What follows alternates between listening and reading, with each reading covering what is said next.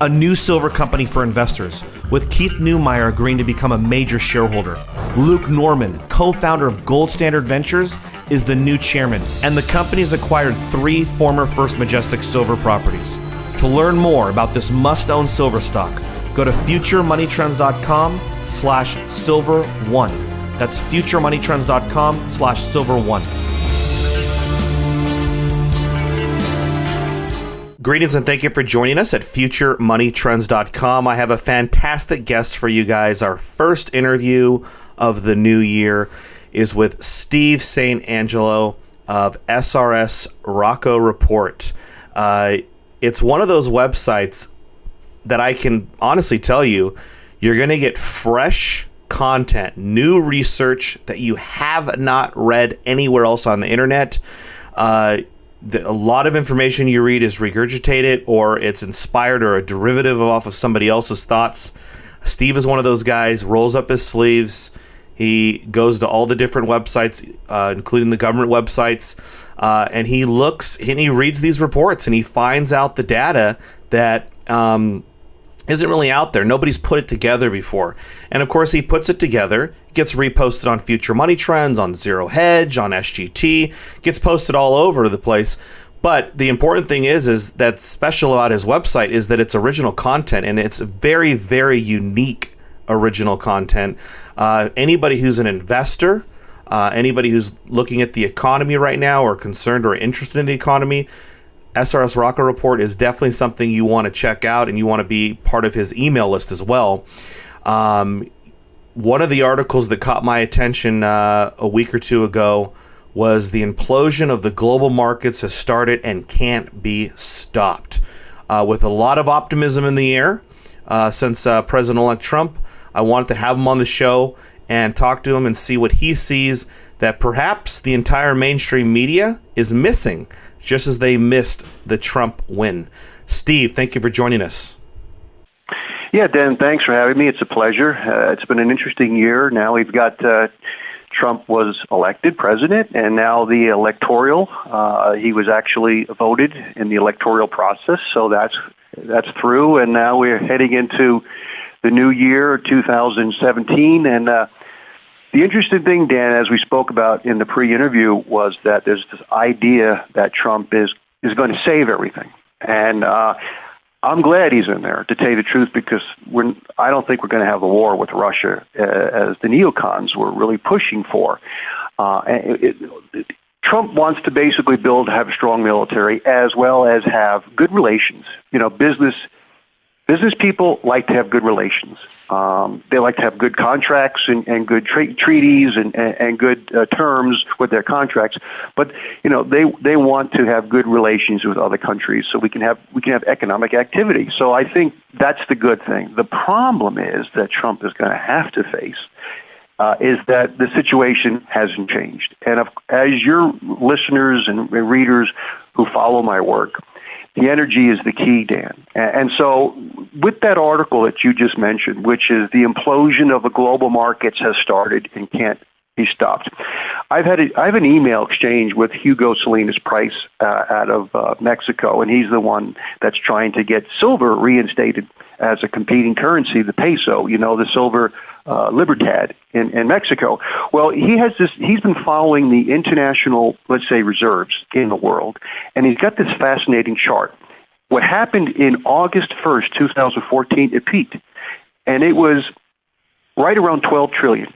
And if you look at this chart, it's like a rocket ship. It starts when the end of the Bretton Woods in 1971, and it was probably 300 billion. That's it, 300 billion. Now it's 12 trillion. So if you plot this thing, it goes straight up. Well, something interesting happened on August 2014. It peaked. And he's been looking at it, and as of his last graph, on October of this year, let's say the beginning of November of 2016, it had fallen a trillion. Now, I looked at that chart and I said, well, what happened to make those reserves, international reserves, fall? And I went back and I looked, and amazingly, the price of oil was $100, over $100 for 3 years. And it's amazing In the beginning of August, it finally fell below $100, and it plummeted. By 2016, it fell all the way to $30. Well, what this did is it totally gutted the energy industry. Now, the energy industry runs everything, not finance. Finance steers. So the energy industries were being gutted. And Saudi Arabia had to sell treasuries. This was impacting producing countries like in Brazil and even China, everybody. So what happened was we had this sell-off of reserves, and we still see it. Saudi Arabia is selling reserves. They're selling U.S. treasuries. China is selling U.S. treasuries. And so we're seeing these reserves fall off, and that's going to continue. And we won't see those reserves increase again, because now the oil price has continued to fall, even though it's risen. Now, in that article, Dan, let me just say this.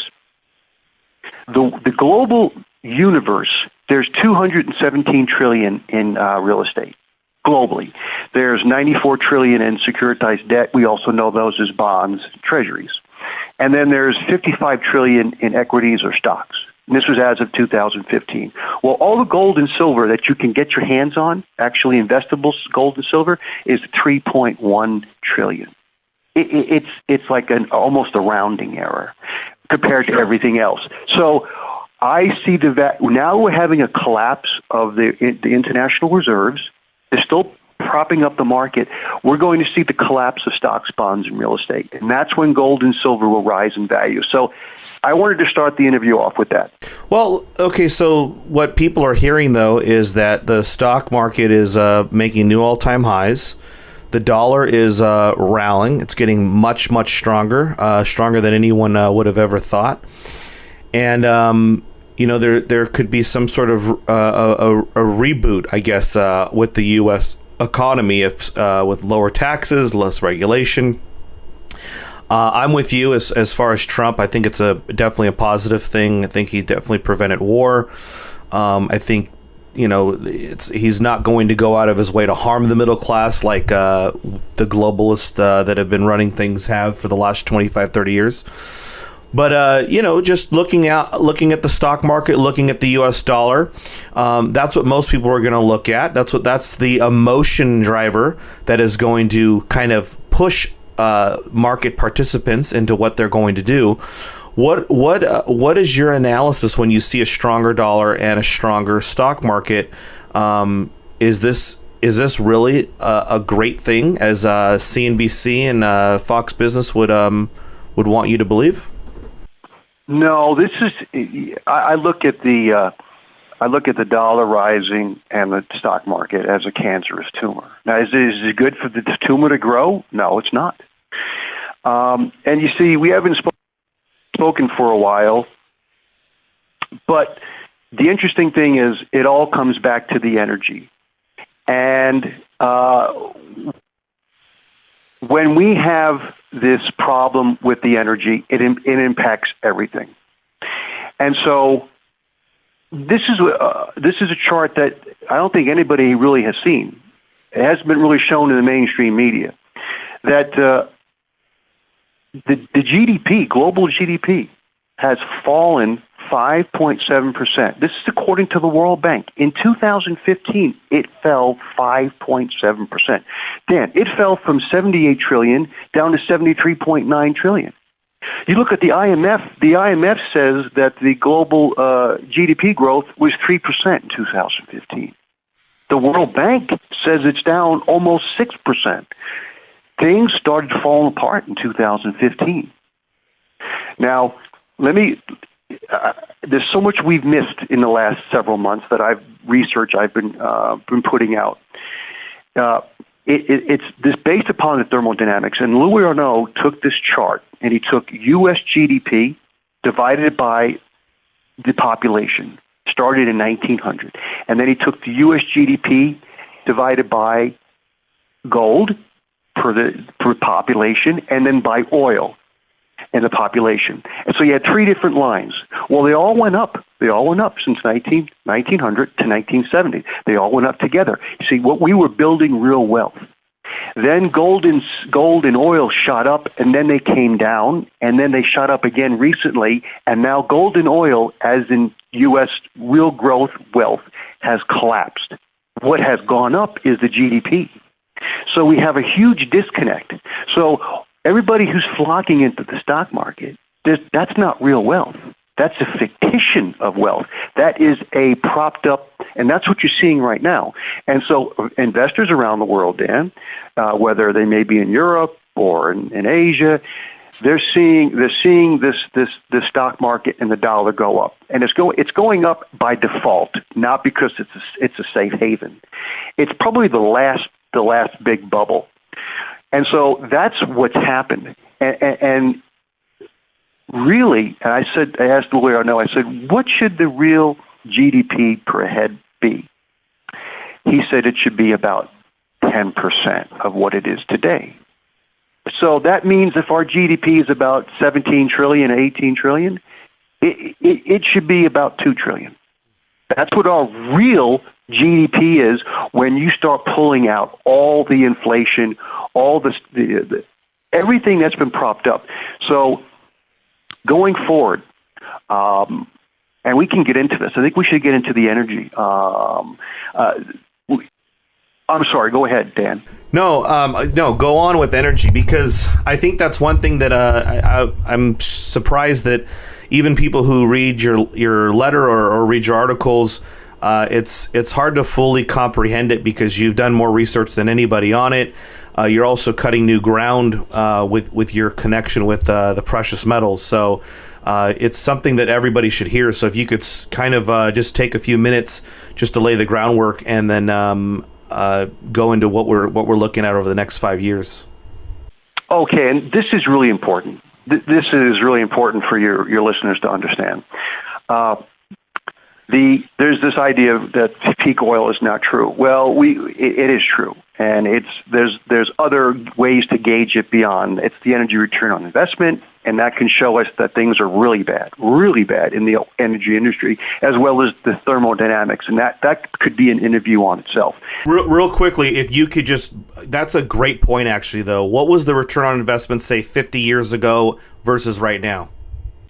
Let's go back to 1970, right before Nixon dropped the gold dollar peg. We had 30-1. That was the U.S. oil industry. It was producing 30 barrels of oil for the energy cost of 1 barrel. Now, shale, which we're producing about 4.5 million, we were producing a lot of it, but it's only giving us 5 barrels for the cost of 1. Back in 1970, we had 29 profitable barrels for every barrel of energy cost. Now we only have 4.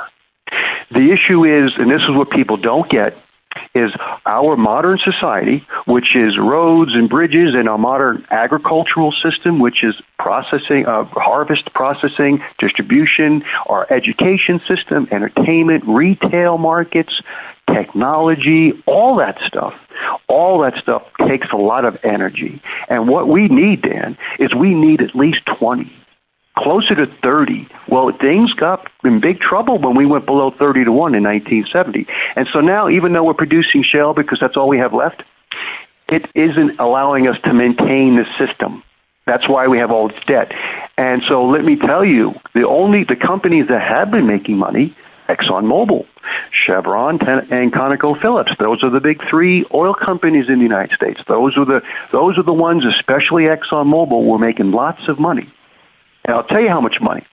In 2011, in the first quarter, ExxonMobil made about their profit was $18 billion for the year for 2011 after they paid all their capital and dividends. That's pretty good, $18 billion.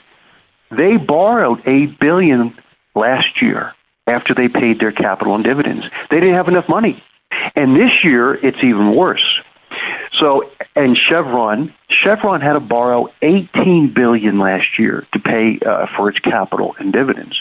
So now the big oil companies are in big trouble. I did another article called "The Shale Gas Industry is a Disaster." The second largest shale gas producer in the United States is Chesapeake.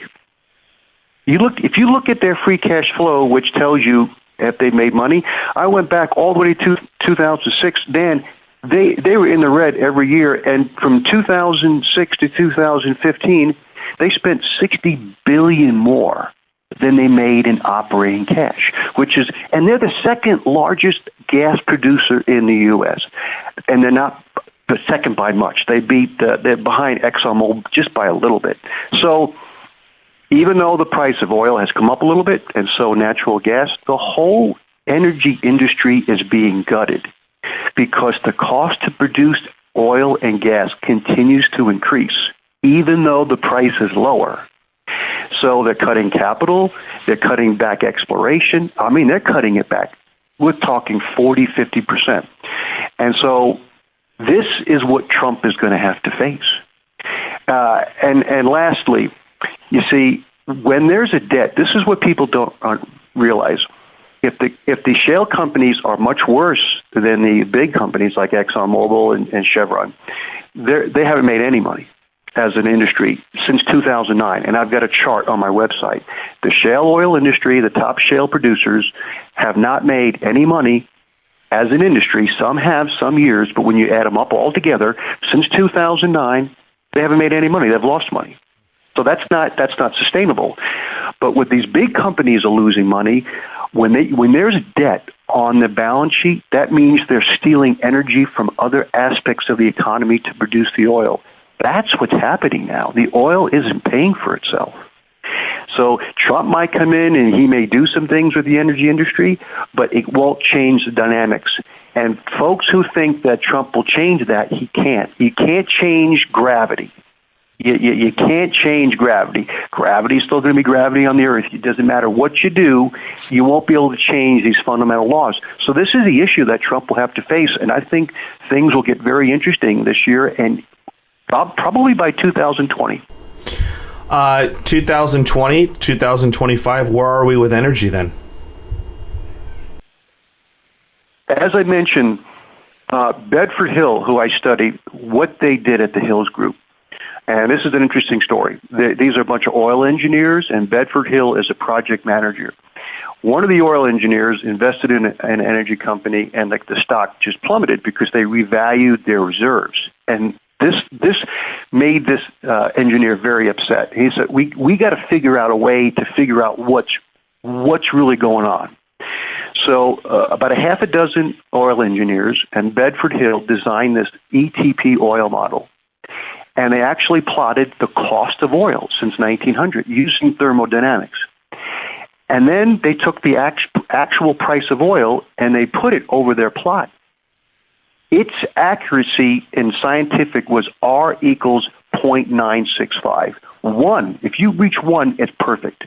So their plot that they figured out the cost of oil was almost exact, which means the price of oil is not depending upon supply and demand. The price of oil, as well as a lot of other things and commodities, is based upon the cost of production. Supply and demand only add volatility throughout the year, but on a long-term basis, it's the cost of production. So what they're saying is the net energy that's remaining now, this is the problem. It costs so much, Dan, to produce oil that there's very little bit left remaining for the economy to produce GDP. And by 2022, 2025, according to their calculations, there won't be much energy left in oil. And so what happens is this totally throws out supply and demand, because the price of oil on their forecast, they forecasted it would start falling. And they're going to say the price of oil will reach like 20 by 2020 and continue to fall to like $12. And some people will say, well, that's ridiculous because supply and demand would push the price of oil higher. Well, we have to remember the economy gets its money from energy. So if the quality of energy is falling, so is the amount of real money. And you have to think about it this way. This is the best way to think about it. A brand new car will go for $30,000. Why? Because all the parts in it are brand new, and you've got a long functioning lifespan of that car, maybe 10 years or more. You take care of it. Well, let's say you have a 15-year-old car. The market price of a 15-year-old car is about 5 or 7,000. Why? Because the radiator, the engine, all the parts, the electronics, everything's wearing out. It isn't worth the 30,000. Doesn't matter if a bunch of people want to bid it up. It's like buying an old cow that's got a year left. There's not much value left in that old cow. This is the same thing with the oil, Dan, and people don't get it. So when there's less and less oil being sent to the market because the energy industry is consuming so much of it just to produce it, the GDP will implode. And that's why the oil price will fall. It will continue to gut the U.S. and the world global oil industry, and that will crash the reserves, international reserves, the stocks, the bonds, and the real estate. And by God, you don't want to be in those three assets. You want to be in precious metals. All right, well, moving to precious metals, last question. I know we're running low on time. So a lot of silver investors specifically have been vindicated over the years with different admissions and court documents from Deutsche Bank and JP Morgan.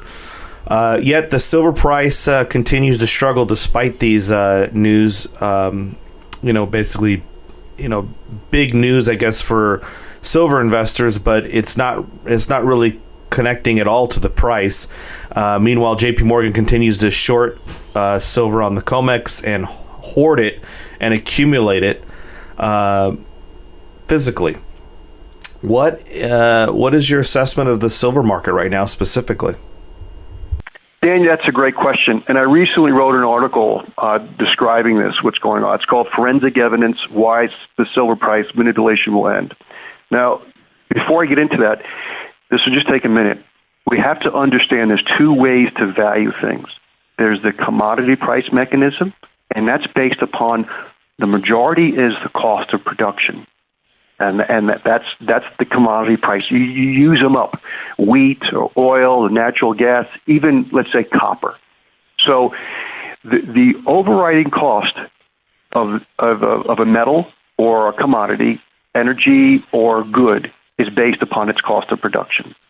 And then supply and demand and a little volatility. Then there's the other way. There's the store of value. Now, in my article, I showed Pan American Silver, and they're one of the larger primary silver producers in the world. Not the largest, but one of the largest. And so they're a good gauge of what's happening in the industry. Well, I showed what the estimated break even, what the cost of production. And do you know, in 2004, it was $6.77. That was their cost of production. Well, they got $6.67, so they lost 10 cents an ounce that year in 2004. In 2016, they actually made $1.50 so far, the first three quarters. And if you look at that chart, it shows you how it changed. Some years they made money, and in the last few years they haven't made any money. The thing is, the manipulators, the bullion banks, the Federal Reserve, they know they can't push the price of silver below the cost of production. Now, 3 or 4 years ago in 2012, the cost of production for Pan American Silver was about $25. It's now fallen to about $17. So that's because of partly the oil price and partly because of they're cutting a lot. So the primary silver mining industry has lowered their cost of production. So when you hear people in the alternative community saying, oh, they can push the price anywhere, no, they can't. They can't push it too far below the cost of production because then the traders will come in and buy up silver like crazy or gold. So we won't see silver go down a lot lower. Now, that's the commodity. But you see, gold and silver, Dan, are not really commodities, even though silver is used in industry. They are stores of value. When this energy thing really starts to unravel, and we start seeing the implosion of the stock bonds and the real estate market, and that's going to happen. That's a given. Then we're going to go away from this paper-manipulated commodity price mechanism of gold and silver, and they're going to revalue to their high-quality store value. And that's when the prices of these metals are really going to rise. And so I want your listeners to understand that. So right now, gold, the price of gold is being valued at what it costs to produce it. And what it costs to produce it is about $1,050 to $1,100. And what it costs to produce silver right now is between $15 to $17, $18, depending on the miner. And that's where we get this 60, 65, 70 to 1 ratio. They're basing that on the cost of production. But again, that's the manipulation. And anytime silver and gold, the price starts to get out of hand, they can't allow that because people are insane. They start going into something just because the price is rising, whether they know it or not, which is what they're doing now in the stock market and the dollar and everything. So they don't want a commodity price, gold and silver, rising too quickly, because that would really blow up the whole system. So that's why they maintain it. That's why it's manipulated. They don't want silver and gold reaching their real store value, and that's the whole manipulation of the market is what they're doing. Sure. I mean, precious metals obviously tied to every single currency on Earth, every central bank on Earth. The central banks, outside of buying each other's debt, the only real asset they're buying is gold. Steve St. Angelo, everyone, I'm going to have a link on his website. Definitely check out his website.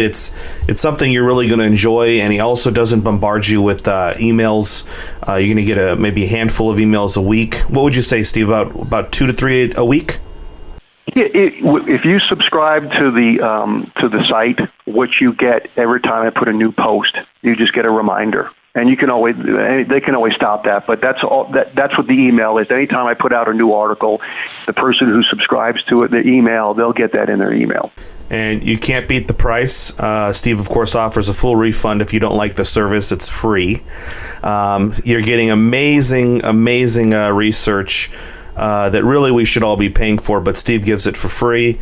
And, of course, has some advertisers there that he also trusts and vets. Steve, again, thank you so much for your time. Really appreciate it.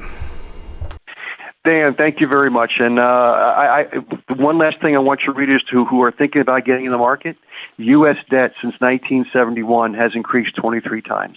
Since 1981 has increased 23 times. Our U.S. debt, now it's almost $20 trillion.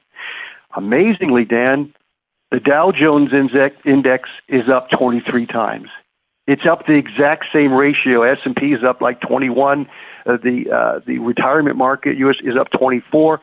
So all of our indexes are up the same ratio as our debt. That's no coincidence. So if anybody has any ideas of getting into the stock market, once that debt starts to really fall apart, there's nothing to hold it up.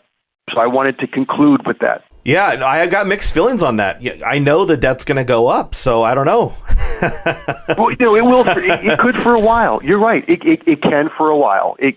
But I think that the headwinds are going to be the energy. So yes, the debt can go up for a while, but the debt is really propping up all the markets. Steve, with interest rates rising, have you done an article yet on? I have to imagine the interest we've been paying on our debt, let's say when it was 10 trillion, has probably been about the same going all the way to 19 trillion, just because the interest rates have gone down so much. I'm curious to know what the interest projection. I don't know does the CBO have it out? I mean, obviously their projections are wrong, but what's the realistic projection of the interest rates payments that we're going to be making, let's say in 2-3 years from now with higher interest rates? Well, that's the reason why they're going to lower interest rates. Because there's too much debt; they can't service it. Last year, 2015, the United States paid $402 billion in debt, and to service the debt. That's the interest was, and that would have purchased 3 years worth of gold and about 10 years worth of silver production, just the interest on the debt. But if the interest rates continue to rise, I'm talking the overall interest, they take the overall interest, not just the 10-year, they take the overall interest. And that's based upon, it was, I think, 18 trillion. If it gets to 25 trillion and the interest rate doubles, we're getting close to $1 trillion. Yeah, that's something people need to remember. When you're getting, I understand the reason for optimism. Believe me, I'm very, very happy that some changes are coming. But remember, there's a lot of things that it's nothing to do with President Trump, or nothing to do with his actions or what he can do. There are some decades of problems that have been built up here that I honestly think that when he tries to fix it could be the catalyst for a major crisis. But Steve St. Angelo of SRS Oracle Report, everybody check it out. I'll definitely have the links for you. Definitely one of the core sites that I check, and I think it's definitely something you guys should definitely bookmark. Thanks again, Steve. Happy New Year. Thanks, Dan. What a pleasure. Hopefully we do it again shortly.